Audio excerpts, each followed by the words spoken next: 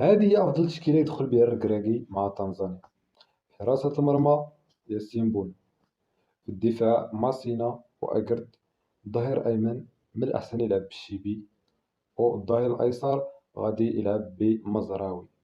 بالنسبة لوسط الميدان العيناوي، السيباري والنحل.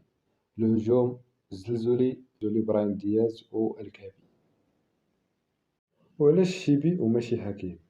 أولا حكيمي مازال ما واجدش للمباريات، وغادي نخافوا أنه يتصاب لنا في هذه المباراة، وعندنا مباريات مهمة إن شاء الله اللي غادي نتأهل.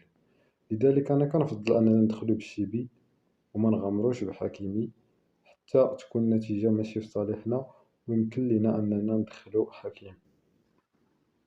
هذا كيبقى غير الرأي ديالي، غدا إن شاء الله بحال والو تلقى الركراكي غيدخلك أمرابط ولا شي لاعب ما كنتيش تتسناه.